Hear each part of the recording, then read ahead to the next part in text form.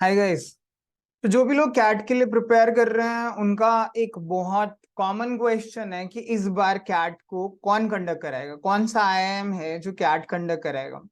काफी लोगों का मानना है कि कौन आईआईएम कैट कंडक्ट कराता है इसके ऊपर भी ये बेस्ड होता है कि एग्जाम कैसा आएगा, पैटर्न कैसा रहेगा, कौन सा सेक्शन टफ होगा, कौन सा इजी रहेगा।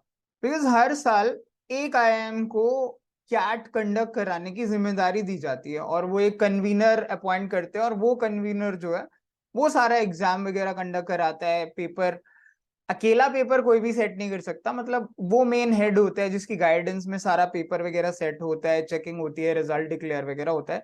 उसके बाद जीडीपीआई वगैरह सारे के सारे आईएम्स जो है वो अपने अपने अलग अलग कंडक्ट कराते हैं। बेबी आईएम्स ऑब्वियसली कॉमन उनका पूल होता है। वो लोग जैसे इस बार आईएम उदयपुर ने बेबी आईएम्स का जीडीपीआई कंडक्ट कराया था, इस तरीके से अलग अलग आईएम्स अपने अपने जीडीपीआई कंडक्ट कराते हैं। लेकिन रिटर्न जो कैट का है वो एक मेन आयाम कराता है जो हर साल नॉर्मली बदलता रहता है। इस साल कौन कराएगा और पेपर कैसा आएगा ये जानने के लिए सबसे पहले थोड़ा हिस्ट्री में देखते हैं कि पास्ट में किस किस ने किस किस ईयर में किस किस आईआईएम ने कैट कंडक्ट कराया था और उस साल का कैट कैसा रहा था। ये कुछ डेटा है, कुछ डिटेल्स हैं पिछले कुछ सालों की जिनमें अलग अलग आईआईएम्स ने एग्जाम कंडक्ट कराया है। अगर अभी की बात करूं तो लेट स्टार्ट विद 2017। वाई 17? क्योंकि 17 से 2017 से आईएम ने रिस्पॉन्स शीट और ये आंसर की वगैरह शेयर करना शुरू किया है। इससे पहले क्या होता था, हमें कोई रिस्पॉन्स शीट या आंसर की नहीं मिलती थी तो पता ही नहीं होता था कि पेपर में जो हमारा आंसर है वो सही है कि गलत है।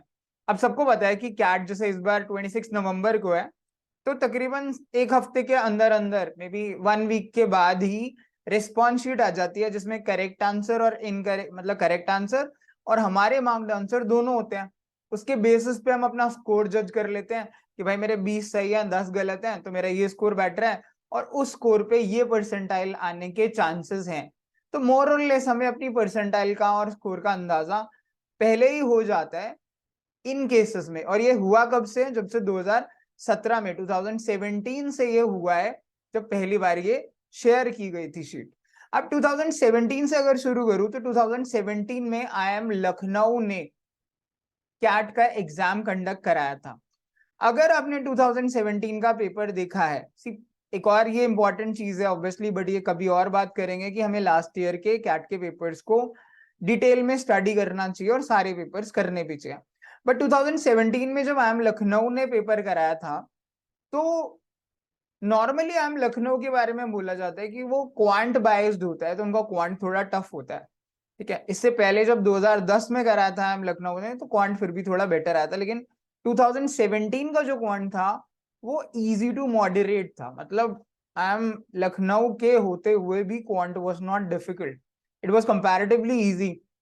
वर्बल भी इजी था, थोड़ा लेंथी था, और एलआरडीआई की पजल्स भी ओके थी, एक आधी पजल ट्रिकी कह सकते हो, वरना सारा पेपर मॉडरेट टू इजी ही बैठा था। 2017 में तो बल्कि ये हुआ था कि बहुत हाई मार्क्स पे हाई परसेंटाइल बनी थी। उसके बाद अगले साल 2018 में आईएम कैलकाटा ने कराया कैट।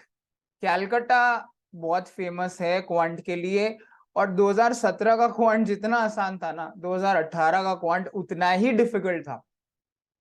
2018 का क्वांट इतना डिफिकल्ट आया था, पिछले 4-5 सालों का सबसे डिफिकल्ट जो क्वांट है वो 2018 का ही है जो आईएम कैलकाटा ने कंडक्ट किया था। कि उस केस में 2017 के बिल्कुल उल्टा हुआ कि क्वांट में comparatively because of quant also बहुत कम स्कोर पे हाई परसेंटाइल्स बनी थी 2018 में। And true to its nature जो प्रिडिक्शन भी था, आईएम कोलकाता ने क्वांट को टफ रखा था। अगर काफी लोगों को, जैसे अगर जीडीपीआई के बारे में आपने पता किया हो, तो कोलकाता और लखनऊ ये ऐसे आईआईएम्स हैं जो नॉर्मली इंटरव्यूज में भी क्वांट के क्वेश्चन क्वेश्चन पूछते हैं, जीडीपीआई में भी इतना इनका क्वांट बायस है। 2018 के बाद 2019 में आईएम खोजीगोडे ने कराया। खोजीगोडे का ओवरऑल पेपर जो था वो मॉडरेट ही था, क्वांट भी इजी टू मॉडरेट रहा। वर्बल का लेवल 2018 से थोड़ा बेटर हुआ था, ये सच है कि 2019 का वर्बल थोड़ा 2018 से बेटर था, और LRDI का लेवल तो ऑलमोस्ट ओकेइश था, ज्यादा फर्क नहीं था, मॉडरेट लेवल तो हो ही रहा है। 2020 में IIM इंदौर आया, 20 में एक और नई चीज आई थी, वो आया था पेंडेमिक, कोविड-19। अब कोविड-19 की वजह से 2020 से जो पेपर हो रहा है कैट का, वो 3 घंटे से 3 आवर्स से 2 आवर्स में कन्वर्ट हो गया, और हर सेक्शन जो पहले 1 आवर का होता था अब 40 मिनट्स का हो गया। तो IIM इंदौर ने जब 2020 में पेपर बनाया, 2 घंटे का बनाया 3 घंटे से, तो इन्होंने क्या किया, पहले जो 100 क्वेश्चन आते थे वो 76 कर दिए। अब 76 क्वेश्चंस को हैंडल करना 2 घंटे में काफी डिफिकल्ट था गाइस, काफी डिफिकल्ट था, जिसकी वजह से 2020 का पेपर ऑटोमेटिकली डिफिकल्ट हो गया, क्योंकि वो बहुत लेंथी था। वर्बल का जो सेक्शन था उसका लेवल और हाई हो गया। 2020 का क्वांट वाज ओके, LRDI मतलब ओके का मतलब है वो मॉडरेट टू डिफिकल्ट इसलिए हो गया because 26 questions to be attempted in 40 minute हो गए। ऑन एन एवरेज जो टाइम पहले 1 घंटे में मिलता था वो नीचे चला गया। पजल्स भी 5 पजल आ गई और 40 मिनट, तो उस वजह से डिफिकल्टी लेवल हाई हो गया। वर्बल तो ऑब्वियसली थोड़ा सा हायर साइड पे था ही। अगले साल 2021 में जब IIM अहमदाबाद ने कराया, तो उसने पेपर को थोड़ा कर्टेल किया, थोड़ा ट्रिम डाउन किया कि यार 76 क्वेश्चंस तो बहुत ज्यादा है, तो उसने 66 क्वेश्चन सेट करे। अब IIM अहमदाबाद के बारे में बोला जाता है उसका बायस थोड़ा सा वर्बल की तरफ है, एंड ये सच था। और 2021 के पेपर में वर्बल का लेवल कंपैरेटिवली फिर से डिफिकल्ट हो गया 2021 के भी कंपैरिजन में। बाकी नंबर ऑफ क्वेश्चंस जो थे वो कम हो गए थे ऑल्दो, ठीक है, क्वांट भी मॉडरेट ही था। एक दो पहले 2 सेक्शंस का नॉट डिफिकल्ट था, बट कंपैरेटिवली बाद में थोड़ा लेंथी हो गया था। But verbal was difficult. LRDI तो हर साल से थोड़ा डिफिकल्ट हो ही रहा है, धीरे धीरे वो डिफिकल्ट होता जा रहा है। क्यों हो रहा है उस पर भी बात करेंगे।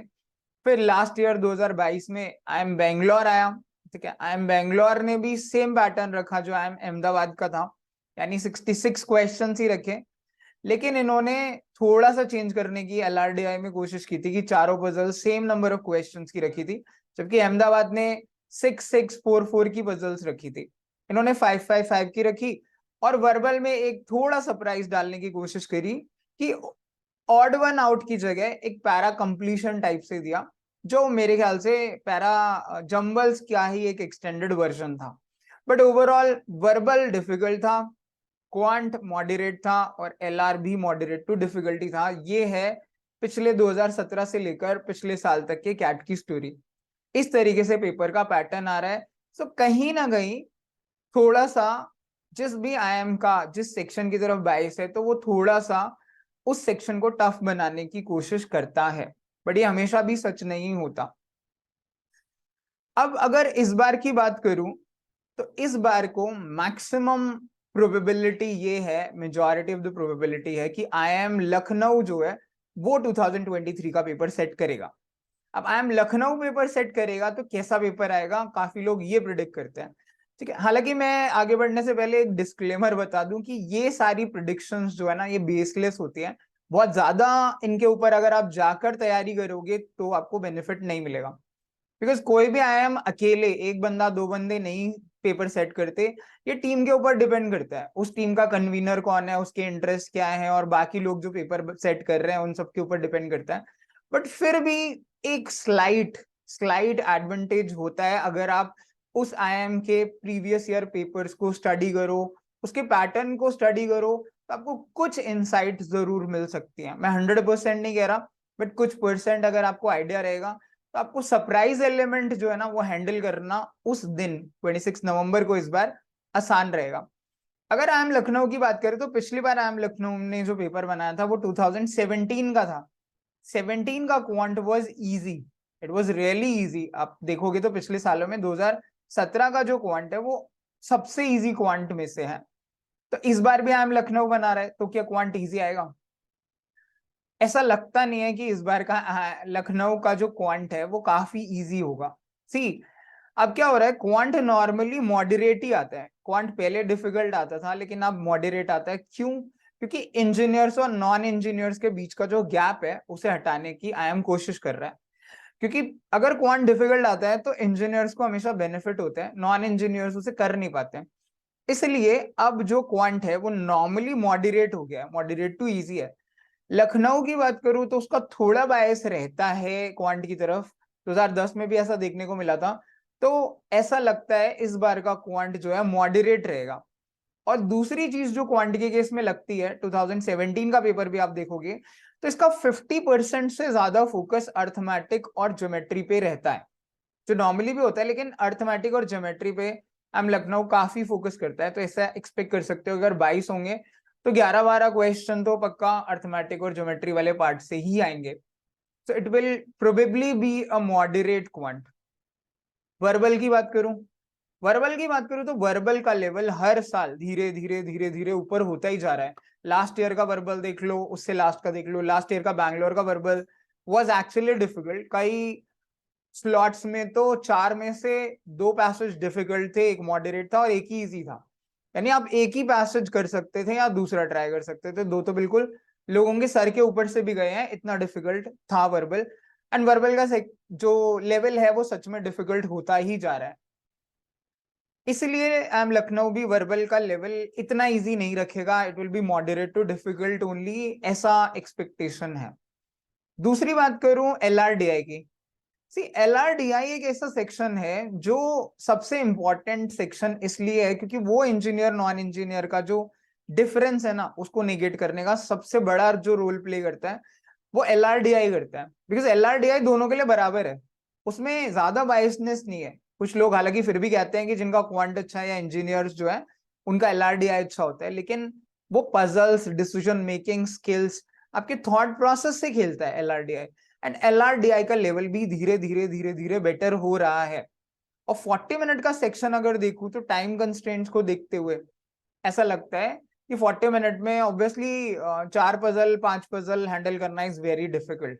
तो एलआरडीआई, अगर आप IIM बैंगलोर का एलआरडीआई याद करो पिछले साल का, इतना बुरा हाल हुआ था, that was the toughest section last year, कि लोग 2-2 पजल भी नहीं कर पाए थे। वो लोग भी जो बहुत एक्सपीरियंस्ड फैकल्टीज हैं, हर किसी ने हाथ खड़े कर दिए थे कि बॉस इस बार का एलआरडीआई, और मतलब इतना टफ था कि इसकी वजह से ओवरऑल कट ऑफ भी काफी नीचे गए थे। यहाँ 60 मार्क्स पे 90 बनती है, इस बार 60 पे 95 के भी ऊपर परसेंटाइल बनी है, because of that LRDI section only. तो एलआरडीआई तो इस बार भी आप मान के चलिए मॉडरेट टू डिफिकल्ट ही रहेगा। तो अगर ओवरऑल पेपर देखोगे लखनऊ का, तो मॉडरेट टू डिफिकल्ट ही तीनों सेक्शन रहेंगे। तो ऐसा कुछ आप स्पेसिफिक प्लान करके मत जाइए कि लखनऊ बना रहा है तो सिर्फ अर्थमेटिक देगा, और अगर अहमदाबाद बना रहा है तो वर्बल ही देगा। तीनों सेक्शन होंगे, तीनों सेक्शन मॉडरेट टू डिफिकल्ट ही रहेंगे मोर और लेस, क्योंकि इतनी सारी पब्लिक में से लोगों को फिल्टर आउट करना होता है। अगर पेपर इजी आता है तो फिर कट ऑफ्स बहुत हाई जाते हैं। बाकी लेट्स वेट, फाइनली जुलाई एंड तक मोस्ट प्रोबेबली कैट के फॉर्म निकल जाएंगे। उससे पहले हमें ऑफिशियली पता चल जाएगा कि कौन इस बार का कैट कन्वीनर होने वाला है, कौन कंडक्ट करेगा, जो मोस्ट प्रोबेबली IIM लखनऊ होगा। And that time will talk about, एक बार ये फाइनलाइज हो जाएगा तो क्या क्या आप एक्सपेक्ट कर सकते हो पेपर में।